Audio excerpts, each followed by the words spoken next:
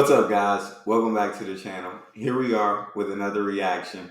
In this, we have oil minister stuns U.S. reporter on Russian oil purchases. Before we dive into the video, if you guys happen to enjoy, please don't forget to smash that subscribe button, get a video a thumbs up, and let's find out what's going on here. A professional diplomat. I spent 39 years in the Foreign Service. I do not, as a matter of policy, react to goings on in the domestic legislature of other countries. To the extent that anybody has to react to it, I think my foreign minister has already spoken to the senator, and don't think I need to comment any further. So, what is your expectation Respect. with regards to what happens next, though? Because India imports 40% of Russian Well, crude let me tell you supply. something. We're a 7,000-year-old civilization. We're a 75-year-old country. And on the energy front, in the last 4 or 5 years that I've been around, under the very mature and decisive leadership of the Prime Minister, we've navigated all kinds of challenges. We used to buy energy from 27 countries in the world. Today, we are buying energy from 40 countries in the world. God There dang. was a time when the developments that you are referring to, we are talking about February 2022. A lot of the world, I went to Davos and I was told, X and Y and Z should not be buying energy from Russia. And what was the thing? Russia used to produce a fair amount of energy, and I asked a very simple question, and then I was told by my friends, including from the source from where which you are referring to, that please buy, but buy cheap Russian this thing. So they placed a price cap. So energy from Russia was not sanctioned at that point. Energy coming through a Okay. pipeline to Hungary was not sanctioned. Going through a pipeline to the Far East, Japan was not sanctioned. So they wanted to put a price cap on the rest of it. And I was not unhappy buying within the price cap. So I don't think that's something that we have navigated the global and energy challenges, and I'm confident that going forward we'll be able to do so again. And Yeah. Basically, he's explaining like India is going to get the best deal, and basically when they were getting energy from Russia, I didn't know. He said they were not sanctioned yet, and so there was no laws or anything against that. They're going energy flowing from the pipeline to Hungary or to Japan, or and so yeah, they put a price cap. But if Russia's going to offer you energy at a cheaper price than anybody else, why wouldn't you, as a country, buy your oil from Russia? And the people that are judging you for it and saying that you shouldn't are people that have supported your enemies in the past, or that have um, kind of laughed at you, talked about you in a sense. While Russia is kind of, as much as I know, I want Russia to lose this war with Ukraine. Russia has been there for India in the past. and as I said, as a trained diplomat, I don't respond to hypothetical situations on what might be, what might be. Respect. Minister, I think you'll agree it's not a hypothetical. The allegation is that India is funding Putin's war machine. Well, I don't think I would put it like that. There's no allegation per se. We buy 40% of No, their well, oil. well, 1 minute. We buy 38% from there. We buy 30% from other places. You know something? You know how much oil we buy from the United States? Well, Energy? how is that not funding the war machine? $15 billion of energy we bought from the United States last year. How is that It's not going up. funding? No, 1 How minute. is that not funding the war machine? Let me first. 40.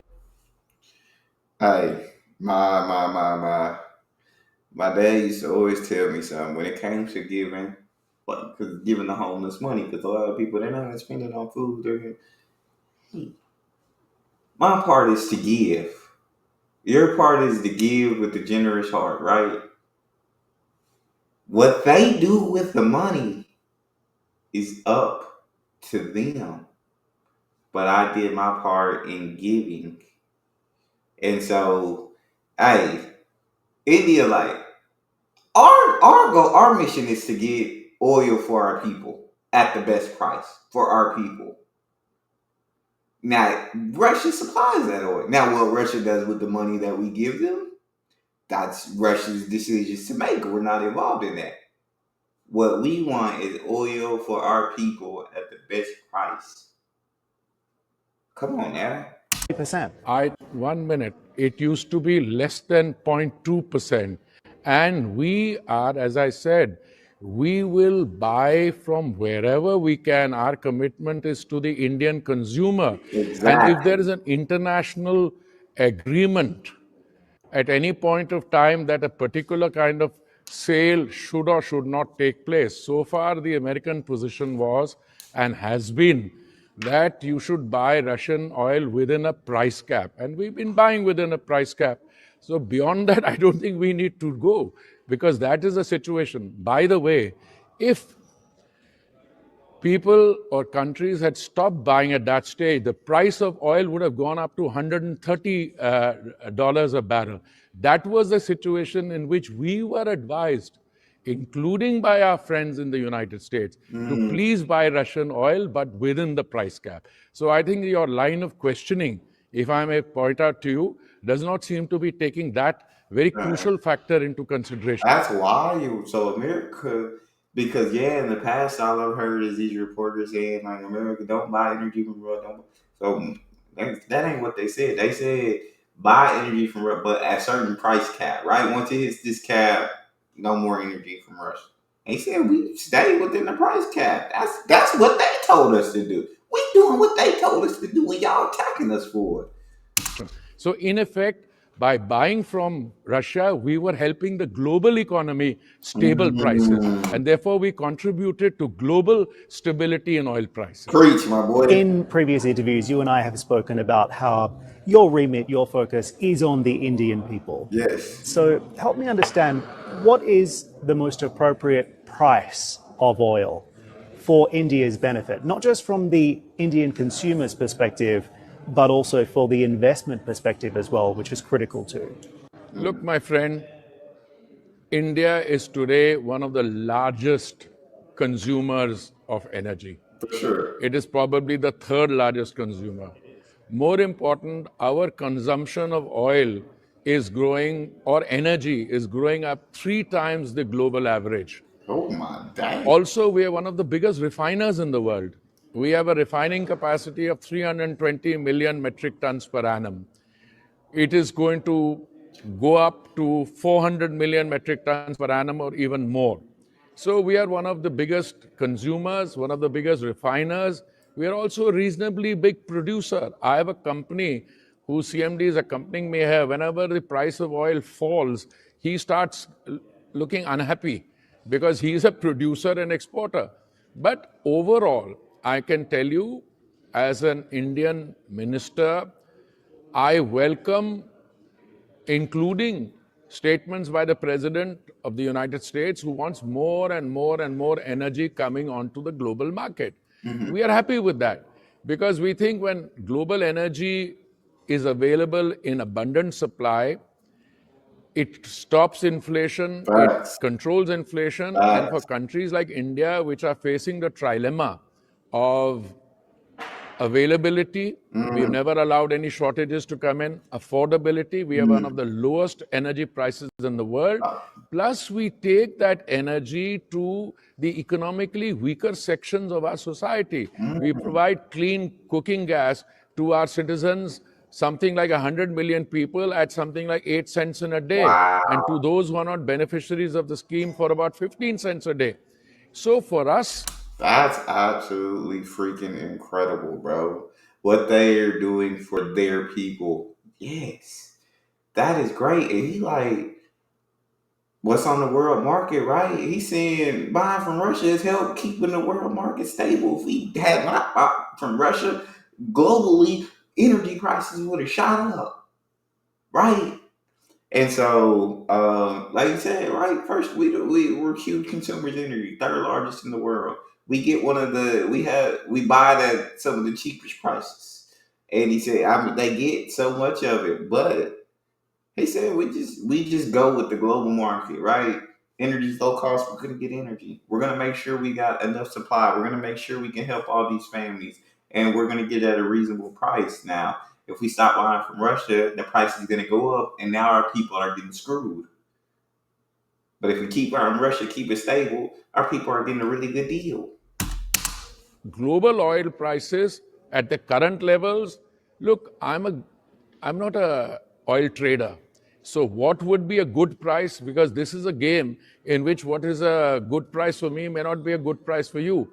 Now, since you come from the United States, somebody telling me this morning, if oil prices go anything below, let's say, the current levels, you will have a situation in which shale doesn't remain viable. That's not for me to judge. I personally believe that we have today a happy situation that more and more oil is coming onto the global market. Why? From OPEC. They are restoring some of their former cuts. From the Western Hemisphere, from the United States, you were producing 13 million barrels a day. You're adding another 1.6 million barrels of oil to the 13 million you're producing. I'll give you an example of a country like Brazil. It used to produce 3 million barrels a day. They're adding another 140,000. I didn't even mention Guyana. I didn't mention Canada. I mentioned others. So, Yeah. what would be a good price? I'm sorry to give you a long winded answer. There is no such thing as a good price. I would like to see energy markets, including of crude oil and gas. Gas, there's enough coming on the market. Gas, I think prices will come down. But I think prices have to be stable and predictable so that it is worth the while of the global consumer, as also not undermining the investment in the sector. Because much as I'm wedded to energy transition, I think transition by definition means you have to survive from the present to the point of transition. I think that was a great video. He basically laid out this is how we get our oil. These are right. We never go outside the lines of what is sanctioned or anything like that. This is how it goes, and in us doing it this way, we're actually helping the global market, not just ourselves. Y'all talk to me in the comment section. Please let me know what you guys think. If you enjoyed, don't forget to subscribe, give it a thumbs up. Check out the next. I'll see y'all next time.